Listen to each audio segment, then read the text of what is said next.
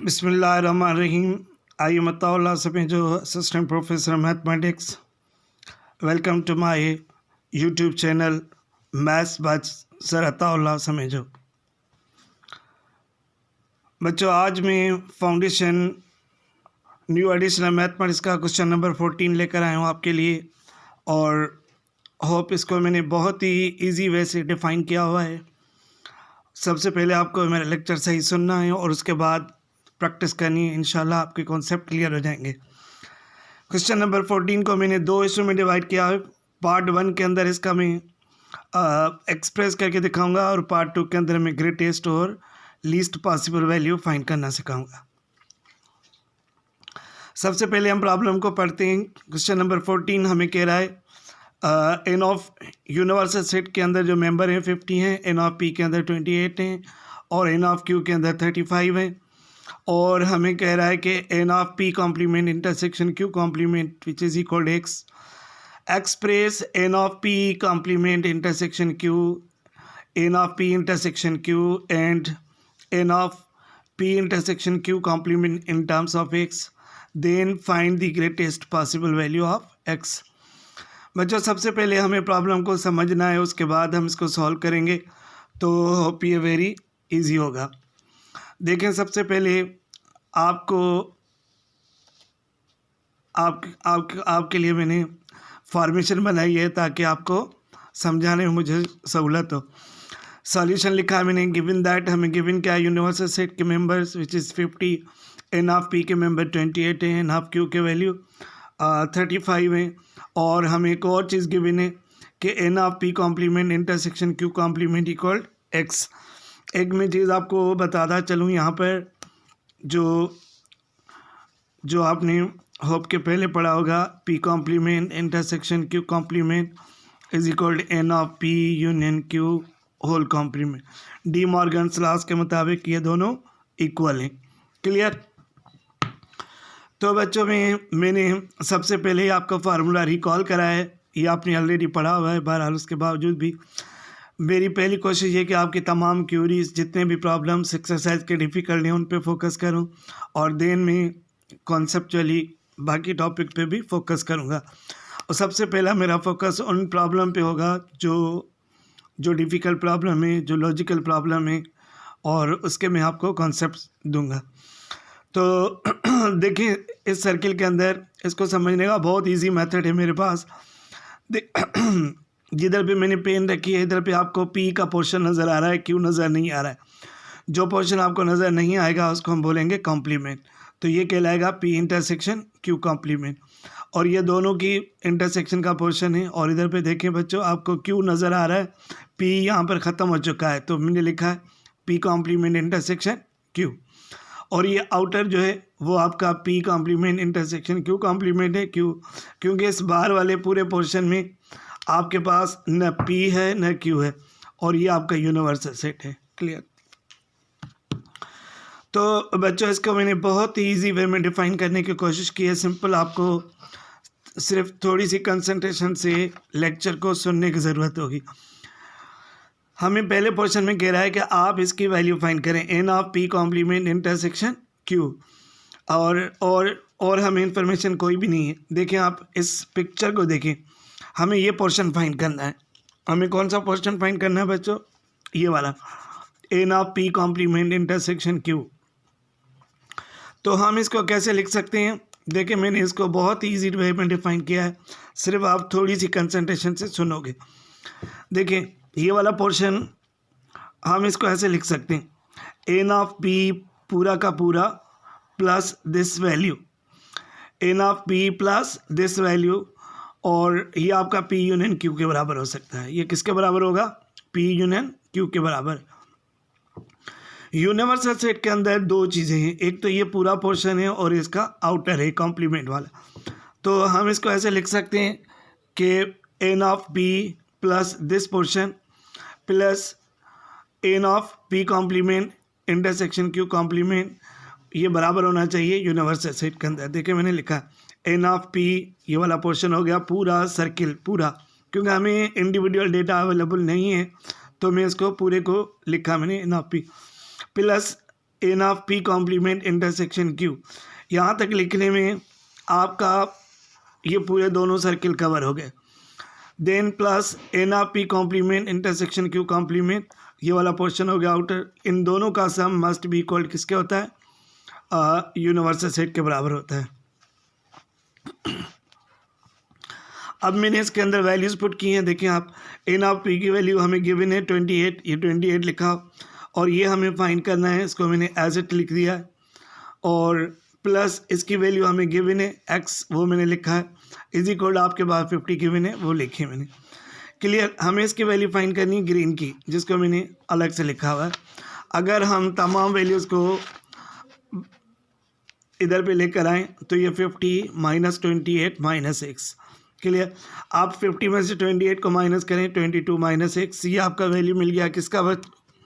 ये हमें value find हो गई N of P complement intersection Q की, विच इज़ इक्वल 22 - x। मैं इसको इस तरह भी कर सकता हूँ, अगर आप थोड़ी सी कंसंट्रेशन दें तो आपको एक और हिंट भी दे सकता हूँ मैं। ये हिंट है कि इस अंदर वाले का N of P union Q plus N of P complement intersection Q complement must be equal N of this one. ये हम पहले ऊपर बता चुका हूँ मैं। देखिए बच्चों, ये और ये दोनों बराबर हैं, ये दोनों बराबर हैं। तो दोबारा हम उस पॉइंट पे आ रहे हैं। और P यूनियन Q को, मतलब ये P यूनियन Q, हम इसको ऐसे लिख सकते हैं एन ऑफ P प्लस ये एन ऑफ P, मतलब ये पूरा सर्किल कवर हो गया, plus this one N of P complement intersection Q plus ये पूरी वैल्यू जो x के बराबर है एन ऑफ E के बराबर। अब अगर आप वैल्यू पुट करें तो ये दोनों सेम नज़र आएंगी। आप देखें बच्चों, दोनों सेम है। जैसे आपको इजी लगे आप अपना कॉन्सेप्ट क्लियर कर सकते हैं।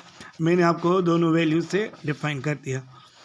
और इसका जो दूसरा पोर्शन है वो ये है कि हमें इसकी इंटरसेक्शन फाइंड करनी। क्या फाइंड करनी है बच्चों? इंटरसेक्शन। ये देखिए, ये मैंने इंटरसेक्शन इसकी फाइंड की है, जस्ट अ मिनट। ये देखिए, सेकंड पोर्शन में हमें फाइंड करना है P इंटरसेक्शन Q, ये मिड वाला पोर्शन। देखो इसको मैंने बहुत कोशिश की है कि आपको ईजीएस्ट वे में समझाऊं। और अगर हमने फार्मूला पढ़ा हुआ है ऑलरेडी, इसको मैं दोबारा आपके लिए लिख रहा हूँ कि पेन चेंज कर रहा हूँ ताकि आपको नज़र आए। क्या हम इसको ऐसे लिख सकते हैं N of P plus N of Q, इन दोनों के सम माइनस, अगर इंटरसेक्शन समथिंग हो तो हम क्या करते हैं, वो वैल्यू माइनस कर देते हैं। N of P intersection Q plus इसकी वैल्यू x, और ये बराबर होना चाहिए एन ऑफ यूनिवर्सल सेट के बराबर होना चाहिए। किसके बराबर होना चाहिए बच्चों? यूनिवर्सल सेट के बराबर होना चाहिए। तो ये मैंने इस तरह आपके लिए इजीनेस के लिए लिखा है, ताकि फार्मूला, क्योंकि आपको ये पहले फार्मूला याद है। अब मैं इसको इधर पे लिख रहा हूँ। ये यूनिवर्सल सेट बराबर है किसके? N of P plus N of Q, दोनों के वैल्यूज़ माइनस, अगर इंटरसेक्शन समथिंग हो तो हम वो क्या करते हैं, माइनस दिस वन प्लस, इधर पे आपके पास कॉम्प्लीमेंट अवेलेबल है। सारी वैल्यूज़ हमने लिख ली। होप कि आपको समझ आया होगा। ये हमें वैल्यू गिवन है, एन ऑफ E की यूनिवर्सल सेट की वैल्यू हमें गिवन है 50 प्लस 28, ये वैल्यू हमें गिवन है। और एन ऑफ Q, ये भी वैल्यू हमें गिवन है। देखें बच्चों, ये 38, और P इंटरसेक्शन Q हमें फाइंड करना है, इसलिए ये हमने एज इट लिख लिया। और इसकी वैल्यू हमें गिवन है x, वो मैंने लिखा। और उसके बाद हमारा पर्पज़ ये है कि हमें फाइंड करना है, क्या करना है, हमें इसकी वैल्यू फाइंड करनी है। ये देखें बच्चों, ये हमें फाइंड करना है। जिसकी वैल्यू फाइंड करनी है उसको मैंने राइट पे लिखा, और बाकी सारी वैल्यूज़ को इसको मैं लेफ़्ट पे लेकर आया हूँ, और बाकी सारी वैल्यू राइट पे लिखी हुई हैं। इन दोनों को ऐड किया मैंने, प्लस के 6 लिखा और प्लस x लिखा, और 50 इधर पे लेकर आया तो 63 - 50 विच इज़ इक्वल 13। और इससे हमने फाइंड किया N of P intersection Q की वैल्यू 13 प्लस x, ये इसका आंसर है। और इसका जो थर्ड पोर्शन है, पार्ट 3 इज, दोबारा मैं वापस आ रहा हूँ, उसी टेक्निक से हल करूँगा जैसे मैंने पहले हल कराया आपको। और ये बच्चों बहुत इजी मेथड है और आप इसको आराम से कर सकते हैं। अगेन हमें कह रहा है कि ये फाइंड करें N of P intersection Q complement. पहले आपको फाइंड आउट करना है ये कहाँ पर है, ये रेड पोर्शन में। देखिए अगर मैं इस रेड पोर्शन को प्लस में सर्किल को ऐड कर दूं, कुछ भी देखे हुए इस रेड वाले पोर्शन को प्लस क्यू को, तो ये सारा बराबर होना चाहिए पी यूनियन क्यू के, plus this portion N of P complement intersection Q complement, और ये आपका बराबर, और ये आपका यूनिवर्सल सेट है। बिल्कुल ये सिंपली नज़र आ रहा है। ये पहला पोर्शन लिखा है plus this whole circle N of Q plus outer of this, जिधर पे न पी है न क्यू है, जिसको हम लिखा हुआ है न P complement intersection Q complement is equal universal set. Clear? ये आपको फाइंड करना है। इसको मैंने ग्रीन से लिखा है। एन ऑफ क्यू की वैल्यू गिवन है आपको, N of P complement intersection Q complement की वैल्यू आपको गिवन है, और ये भी वैल्यू आपको गिवन है। और अगर हम इसको और देखें तो ये कुछ इस तरह नज़र आएगा आपको। 50 में से 35 चले गए तो 15 माइनस एक्स, ये आंसर है इसका। इस प्रॉब्लम के दो हिस्से हैं। पहले हिस्से के अंदर हमने फर्स्ट पार्ट के अंदर ये सारी तमाम टर्म्स को एक्सप्रेस कर दिया एक्स में। अब मुझे इसके सेकंड पोर्शन के अंदर फाइंड करना होगा कि ये एक्स कब लार्जेस्ट होगा और कब स्मॉलेस्ट होगा। दोनों हम फाइंड करते हैं मेरे पार्ट 2 के अंदर। इसके लेक्चर नंबर 2 में मैं कवर करूँगा। होप के आपको ये मेरी बात समझ आएगी। और सिर्फ आपको एक रिक्वेस्ट है मेरी कि मेरे चैनल को सब्सक्राइब करें, लाइक करें, शेयर करें अपने दोस्तों के साथ, ताकि तमाम स्टूडेंट्स का फ़ायदा हो। और जो बच्चे स्टडी कर रहे हैं घर में बैठकर, उनकी डिफ़िकल्टीज़ मैं कोशिश कर रहा हूँ कि कम से कम उनकी डिफ़िकल्टीज़ रिमूव हो जाएं। और अगर उसके बावजूद भी अगर आपको कोई डाउट्स रहते हैं तो प्लीज़ मुझे ज़रूर इन्फॉर्म करें। इंशाल्लाह अगले लेक्चर के अंदर मैं और कोशिश करूँगा कि इसको और सिंपल वे में डिफ़ाइन करूँ। Thank you very much. Take care. अल्लाह हाफ़िज़।